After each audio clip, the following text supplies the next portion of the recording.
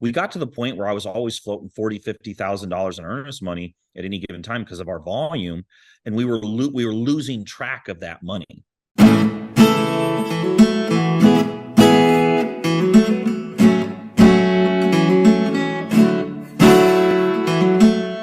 And since you and I forget the guy's name, the land geek guy, kind of when I kind of understood your real estate philosophy, I've been preaching a lot of that because a lot of people come to me in the agency space and they're looking for some kind of output. I want to get to 58,000 a month. I want to get to 100,000 a month. I want to get to 10 grand a month. Some people just want to get a first ever client. And almost always it's like, if you look at their inputs, it doesn't match the goal they're after. And I learned from the land guys, it's a really simple thing. It's like mail 100 offers a week to these kind of lists, and for every 100 offers you send, you average ad deal. Does that mean that, like, if you send 100, you'll guaranteed get an ad deal? No, sometimes you get 3 and sometimes you get 0. But if you consistently every week mail 100, like, you're gonna see a deal a week start to be the norm. And I'm a big believer in what you just preached, which is like, make the inputs match so that the outputs are inevitable out of the goal. I wanted to switch gears here just a little bit and talk about, one of the questions that a lot of people have asked, and I've heard over the years on this, and probably I had it at some point too, is like, the thought, like, well, real estate's expensive. Don't I have to come up with a bunch of money in this process to be able to do it? And I know you have some thoughts on that, but I'd love to hear your perspective. No. So first of all, the beauty of wholesaling, if you don't know what wholesaling is, when you lock up the contract, you're not putting up any money for the contract. We did, for years, I had $1 earnest money in my contracts. Yeah. And like a year or two ago, we took that out. We don't even have the $1 earnest money in there now. So I think it's been well over a decade since we put up even $1 for earnest money. Somebody was like, Matt, if you're making all this money, what's it matter? Why don't you do $1,000 or $2,000? Because one, it doesn't change the ratio of accepted deals isn't really changed. And we got to the point where I was always floating $40,000, $50,000 in earnest money at any given time because of our volume, and we were losing track of that money. And so I just decided one day, hey, this is like a accounting nightmare over here with all this earnest money. So let's just cut it out. And it didn't affect our deal flow. So you don't need money to make the offer, and you're not putting up the money at closing, because they're using the funds of the new buyer to buy the deal. So easy math. Let's say that you're buying the property. I'm just going to use very, very simple math here. You're buying the property for 100 grand. Okay. You put no earnest money down. You find a new buyer for 120,000.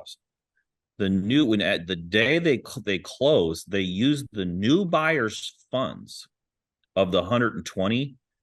So the first 100 of it goes and pays off the purchase. Then the sale happens, and then you get the 20 grand less costs. There's always going to be, some attorney's fees, title docs, and all that stuff, unless it's a straight assignment. We don't want to get too deep in the weeds, but that's it. So you don't put up the money at the purchase, and you don't put up the money at the close. You just get the money at closing. Some people that have never heard of wholesaling are going to be like, this is too good to be true. But it's totally true. It's totally true. Yeah. And not only, it's just math. And maybe you could talk to, why, the question is like, why would somebody, just pay more for a house, or why wouldn't they do this themselves? And I think maybe you could elaborate, but like, I'll just give you, kind of my short understanding is a lot of times we're not buying like, prime real estate next to Manhattan, Central Park. Everybody wants it. Like, typically these are homes because they've been neglected for a while. They would have to fix them up and repair them. So they're kind of fixer upper kind of situations often. And although not always, sometimes they're actually in good shape. But a lot of times, like, they can't just go sell it on the open market. I wonder if you could speak about that. Like, where we're actually coming in and we're giving the only option a lot of these people have. And a lot of the fixer flipper types, like, they're not marketers. They don't know how to go get deals. They just know how to fucking swing a hammer and fix a house. So they need you to be able to put together a deal for them and leave a little meat on the bone so they can still make some money when they fix and flip it. But I wonder if you could just talk about that process and, like, why don't people just do this themselves, kind of thing. That's a great question. So here's the thing is, a lot of people have houses that they don't want. And the problem is they talk to a real estate agent. And the real they, they're to qualify. I don't want to downplay real estate agents, but I'm going to kind of rip on real estate agents for rip a on them. We second. got a lot of people that manage campaigns for real estate agents and hate them. So yeah. It's so to become a licensed real estate agent is a very short online course. You can get it done in a few weeks, okay, in some cases days, and you become a licensed agent, and now all of a sudden you're an expert real estate agent that can go buy and sell. Well, there's 95% of the real estate agents out there don't do more than 3 transactions a year. Okay. All the top 5% are doing all the transactions. So what if this seller gets this house, or they have this house and they don't want it anymore, and they call an agent who's licensed, but they don't know that in real estate school you don't learn anything about real estate. You learn all of the how not to get sued stuff. It's all legal. It's not how to do the business. I want everybody to think about that for a second. It's not how to do the business. It's how not to get sued. Yeah, So what ends up happening is you got a bunch of unqualified people to speak on real estate that are licensed, but they're unqualified. So the guy down the street who decides to sell talks to his buddy and he goes, "Hey, my nephew Jake just became an agent. You should use him." So they call him up and they're like, "Hey, I want to sell this house." "Yeah, I'll be right over. Take a look, see what you got." And he comes over and he's like, "Oh, dude, you're gonna have to clean this thing out. There's too much garbage in here. You got to fix that hole in the roof. You got to make this thing smell better. You got to fix." And he's like, he's thinking, I don't have the money to do that. Or I don't even know who to hire. yeah. So the problem starts with the agents. In most cases, trust me, they've talked to somebody else before they talk to you, and that person said, "Hey, if you do all these things, we can sell it for this price." Put 30 grand into it, and then I'll sell it for you. And they're like, I don't have 30 grand. Right. Right. So then all of a sudden they're stressed out at night. They don't know what to do. They want to sell this house. It's costing them a fortune to hold. What if something happens? And then all of a sudden one day they get a phone call. "Hey, this is so-and-so. We're interested to see, do you still own 123 Main Street?" "Yeah, that's mine." "Hey, would you be interested in an all cash offer? You don't have to clean it out. You don't have to do any repairs, anything. We just buy it as is." Then the light goes off and they say, "Yes, I would sell that." Now they're going to ask a high price. They're going to be asking more than it's worth, because they just talked to the real estate agent and said, "Hey, if you fix this thing up, it's worth 100 grand.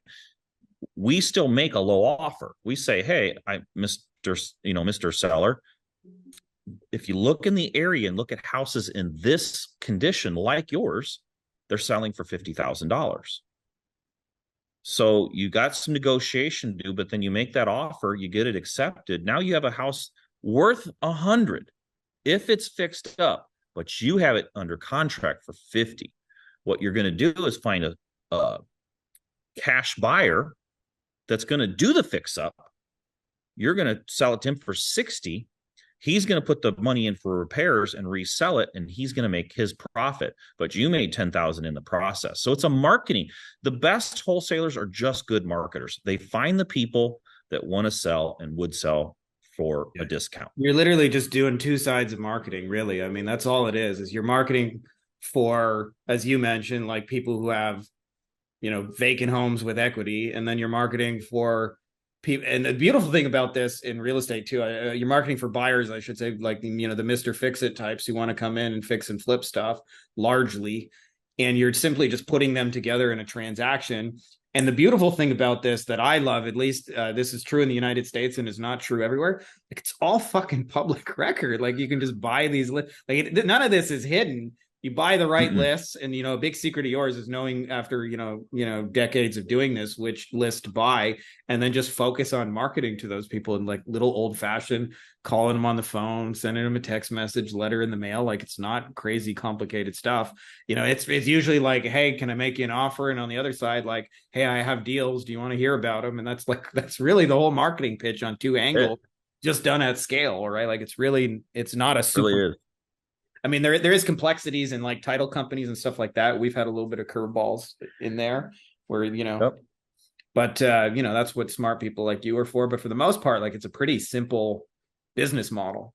Guys, if you like this video, you're also going to want to grab some free bonuses, which you can get at our website, Beyond Agency Profits. To make it easy for you, I've put the links to it in the description of this video, as well as pinned in the top comment. And we've got a couple of awesome things. This is what you'll get after you sign up. You get some of our best training, how we're closing clients over Loom videos, how we sometimes sign clients that is not a misprint for under $5 US, how to demonstrate your value in like amazing ways, trainings, how to have your clients write the best copy of your life, how we're closing without phone calls, campaigns that we've generated for clients that have done over $100,000, as well as scripts you can use to get conversations going with clients in under 10 minutes. All you got to simply do is go there, enter your name and email address, and then this is what you'll see on the other side. So if that's interesting to you, make sure to click the links below, and I will see you on the other side.